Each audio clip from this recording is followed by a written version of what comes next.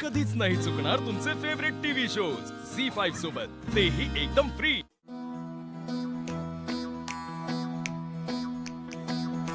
ऐक की शिवा, आशून देऊन ये ना। त्यांना बोलव नाही इथेच। जा की घेऊन आशूला दे आणि मांजाला मी बोलवलं म्हणून सांग। का? तुला काय करायचंय? उसाचा रस काढायला त्याला बोलवलंय।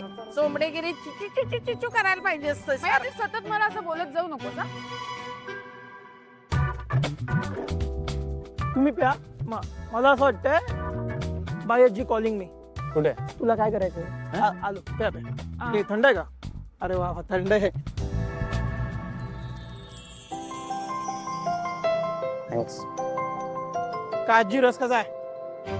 थांब जरा, पाहिलं नाही? प्यायलाय मग? एक घोट, पण आता अजून लिंबू पिळणार।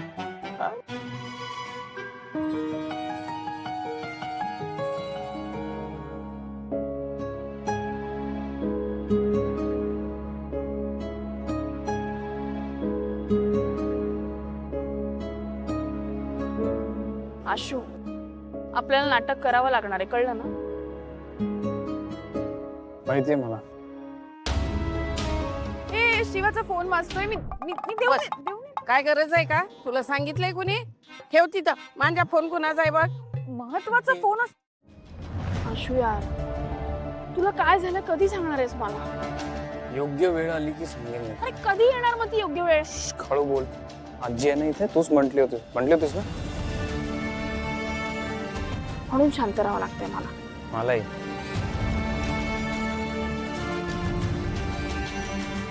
मावशी, एक नंबर होता रस, थंडगार।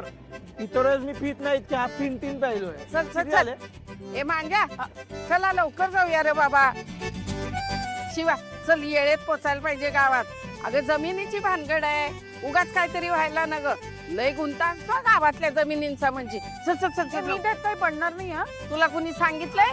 त्याची गरज पण नाही पडणार, मी आहे ना, मी बघून घेईन सगळं। शिवा असलं काय लोड आहे बाई? हा चला चला चला। हे ठेवून येतो आम्ही। इकडे दे, मी देतो। कुठे आलोय आपण? आई ग, काय रस्ते आहेत का हे? काय दिव्या, खड्डेत, त्यामुळे मी काही करू शकत नाही। पण नाही, तुला काही बोलत नाही मी। आशू, हे गावच तसे, इथे काही सुविधा नाहीये, काही शॉप्स नाहीयेत। आपण एक काम करू, आपण युटर्न मारू, मागे सातारा सिटीत हॉटेल करून राहू। तसं पण ना, मी गावात राहून राहून खूप कंटाळली आहे। तुला कुणी सांगितलं होतं ये म्हणून आमच्या बरोबर? पुढा पुढा करून तू चालीस ना, आणि मग आता कशाला कटकट करतेस? अगं बाई आजी, आधी जसं हे गाव होतं ना, तसं आता छान राहिलेलं नाहीये। नाही नाही, गाव आहे तसंच आहे, आणि गाव छानच आहे। तू लय मोठी झाली आणि तुझे विचार बी लय मोठे झाले आहेत। हे बघ, आपलं इथे घर आहे, तर उगाच कशाला हॉटेलमध्ये वगैरे राहायचं? अगं नाहीतर काय, नाही तर उतारण चालू पण। शंकर, तुला भेटल्यावर लई बरं वाटलं बघ, पण वहिनी गेल्याचं कळलं आणि लई वाईट वाटलं। अरे एवढं समज सोसून बी तू पोरासनी लहानाचं मोठं केलंस, आईची माया दिलीस पोरासनी।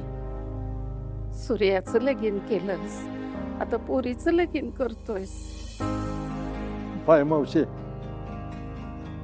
मी काहीच नाही ग केलं यातलं। बायको निघून गेली आणि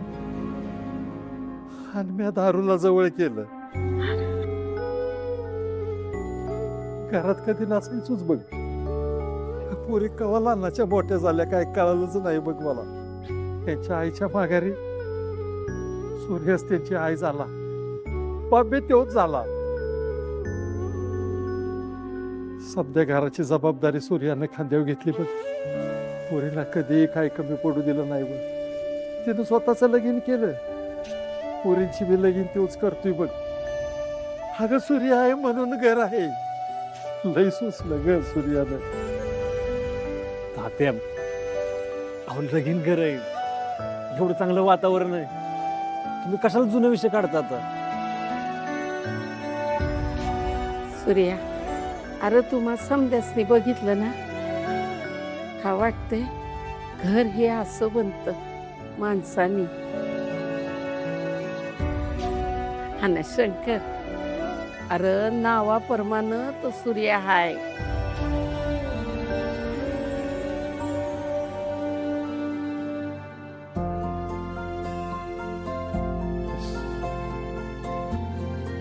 आशू तू बरा आहेस ना? किती करतोस रे शिवासाठी आणि शिवानी बघ ना तुझ्यासाठी. आशू पाया पडकी.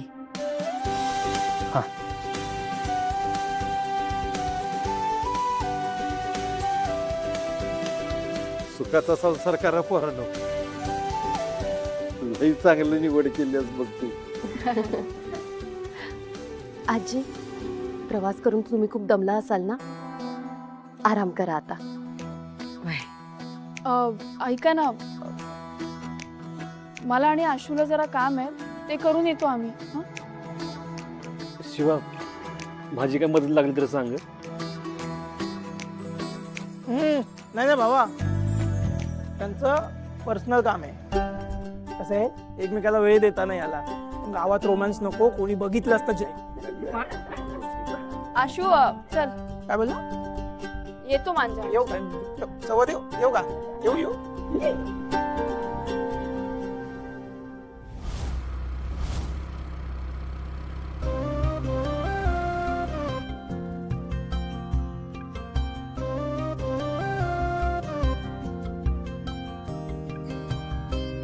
ऐक ना. काय? या गावातली लोक आपल्याकडे स्टेअर का करतात? अरे ते गावातली लोक अशीच असतात. त्यांना मुंबईचं कोण आलं ना तर असं आश्चर्य वाटतं की हे पाहुणे कोणाकडे आले असतील, कोणाच्या घरचे असतील, कुठून आले असतील, काय करत असतील. Fair enough.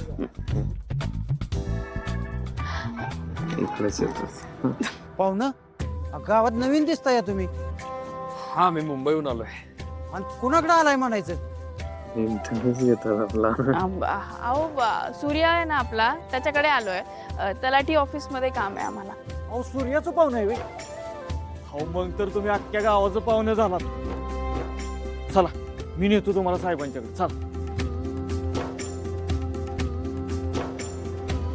साहेब, या पाहुण्यांचं जरा तुमच्याकडे काम आहे. कोण आहेत? अहो हे आपल्या सूर्याचे पाहुणे आहेत. जरा बघा त्यांचं. बसा बसा बसा बसा. नमस्कार. मग मी बाहेर थांबतो बरं. हा, हा बोला. साहेब, गट नंबर 14 मध्ये ना आमची 5 एकर जमीन आहे आणि ती माझ्या आजीच्या नावाने आहे. माझ्या आजीचं नाव आहे साऊबाई गजानन म्हात्रे. तर काय ना, आम्ही बरेच वर्ष त्या जमिनीकडे आलो नाही किंवा बघितलंही नाही. ते बंद असतं घर. आता जेव्हा ऑनलाईन 7/12 मध्ये बघतोय ना, तर ते भलत्याच कोणाच्या तरी नावावर आहे. मी बघतो. नाव काय म्हणालात? हा, साऊबाई गजानन म्हात्रे.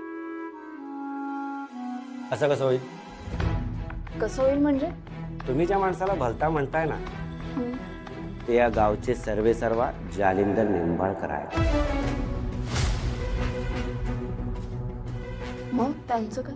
मागेच त्यांनी पद्धतशीर व्यवहार करून जमीन विकत घेतली आहे.